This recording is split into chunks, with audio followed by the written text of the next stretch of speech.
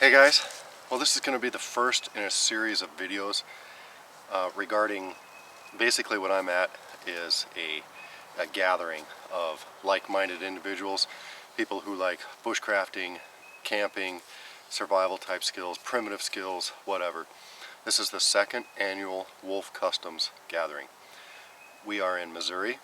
We are outside of Branson, Missouri, southern part of the state, about 10.5 hours from where I live, so it was a little bit of a haul.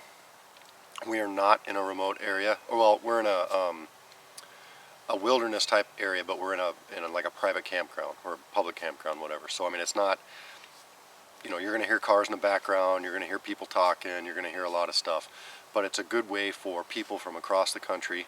We've got a guy here from New York, we've got guys here from Kansas. I think we got a guy here from Arkansas so far. Then we're gonna tomorrow we're gonna have people from Illinois. We're gonna have a lot of people here, maybe 20 or so from a lot of different areas. But this allows us to get together and share our knowledge and just kind of be together. People that we only meet or talk to on the internet actually get to meet face to face together, and it's a good way to share skills, for some of us to teach skills, and for some folks to teach us skills. So it's just a real good deal. And we're not in a real rustic spot, so I mean, my wife came. We're camping in a tent with an air mattress. I mean, it's car camping. It's we're not hiking 20 miles in the bush to do this stuff. So it makes it accessible for everyone, every different skill level. Well, anyway, this is a totally new area for me. I've driven through Missouri for last year's gathering that was held in Kansas, but this one's actually in basically the Ozarks, I guess, of Missouri. There's flint everywhere.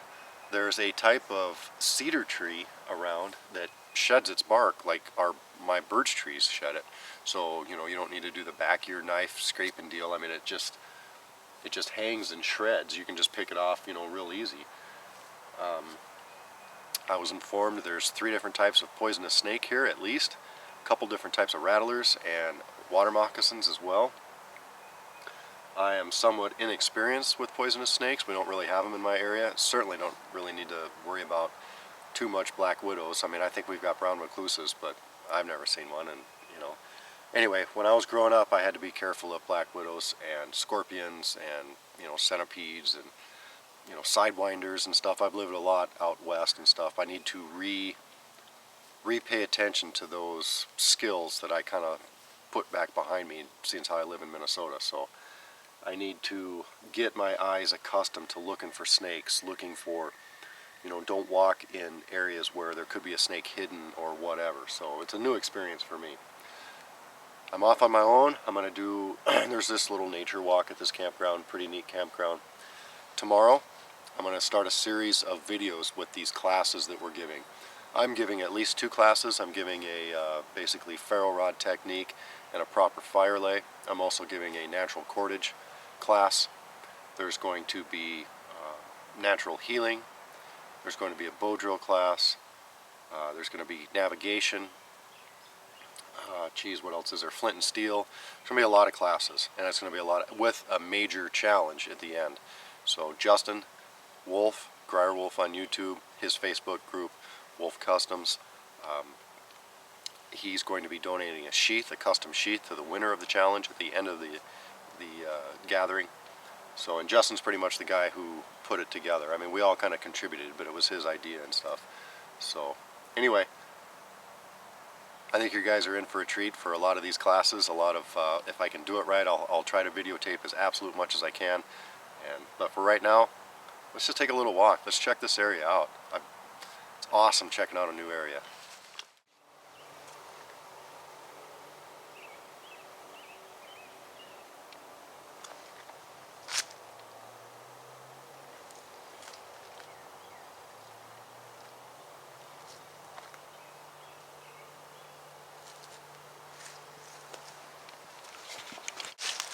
Alright guys, I apologize for the noise next to me. You can't hear that from the campground. I don't know if that's a major highway or what that is. I was pretty rummy from the road when I got in yesterday, so I don't remember exactly what's there, but anyway, let's take a look at this cedar tree here. Now, I have cedars in my area, but not exactly like this. Okay, you can just walk up to this tree, and I mean, I know this isn't hurting the tree. I mean, this is flipping just falling right off this bark. Okay, I don't need to peel anything or get my knife out or just walk through here, barely disturb the tree at all, and move on. And this is all good, viable bark, very good tinder.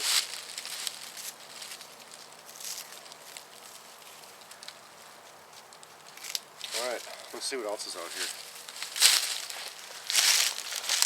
Alright, I gotta be a little bit honest with you. It is a little bit almost unsettling, just a little bit different outside of my comfort zone.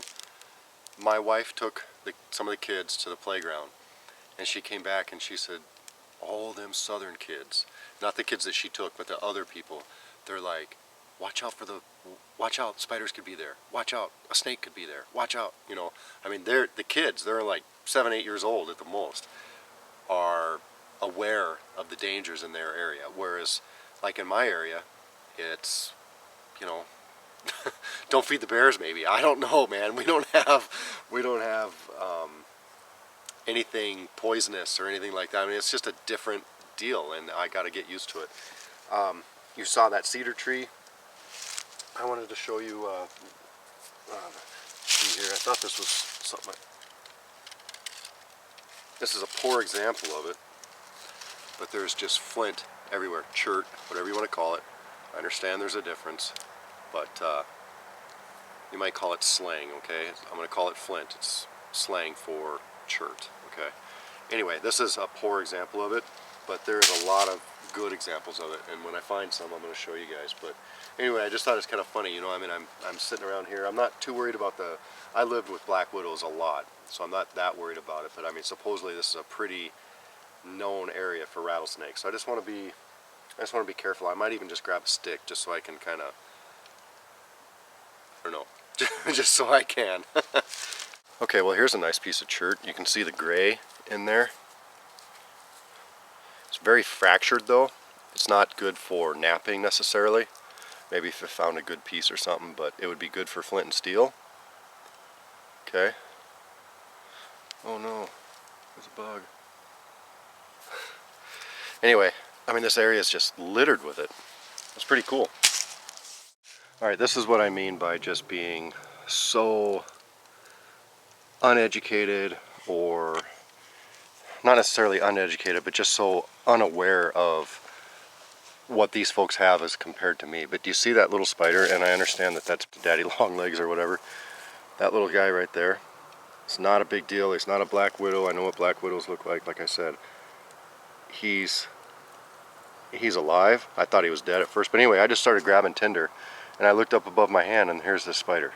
So it's just something I'm just not accustomed to, and I'm not freaking out about it. I'm just saying I need to start opening my eyes.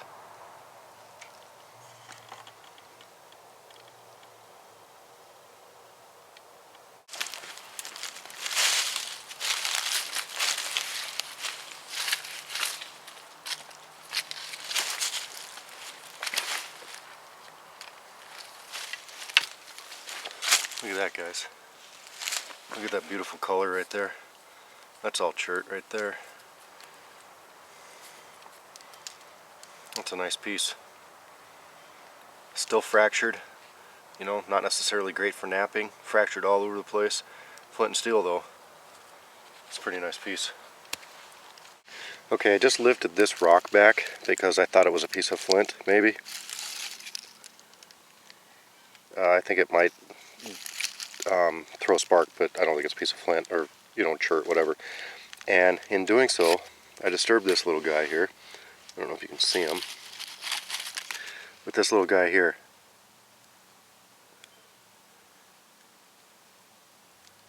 Just something we don't run across a lot. Centipede, millipede, whatever it is. Oh, sorry, dude. I just poked him with a stick. I didn't mean to do that. Alright, let's put him back to where he was.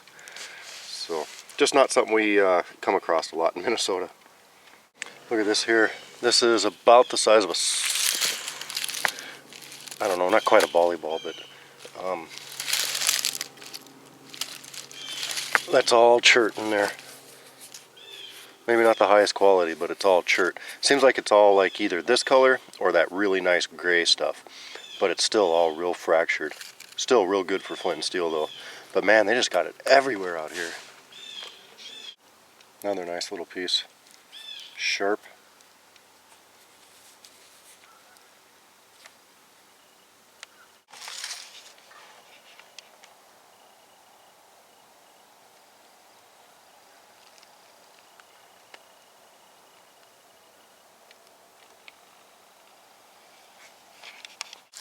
Alright guys, well I thought I'd just take you on a quick little walk. I mean it's a different forest, not completely unusual. I mean there's just a ton of cedars, it seems like.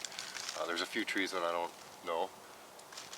One that I thought was a maple tree that the folks informed me that may be a sycamore. So I mean I don't think I have sycamores by me. If it looks like a maple leaf, it's a maple leaf in my area. But the cedars I can recognize, the oaks I recognize, although there was another tree that the folks said, well, it looks like an oak leaf, but it may not be an oak. So it's a completely foreign environment, but the rules still apply. Properties are properties. Softwoods are softwoods. Hardwoods are hardwoods. You know, I mean, there's still, if it looks like it's chert or if it looks like it's flint, it's going to throw a spark, stuff like that. If it's stringy and fibrous and dry, it's going to be good tinder, or it could be good cordage, you know, whatever.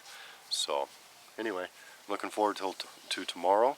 Tomorrow's the first day of classes and just getting ready. Tonight we're just going to sit back. We already ate good, just visit a little bit, go to bed, and hit her hard tomorrow. Alright guys, stay tuned. There's going to be a lot of these classes coming up, so take care.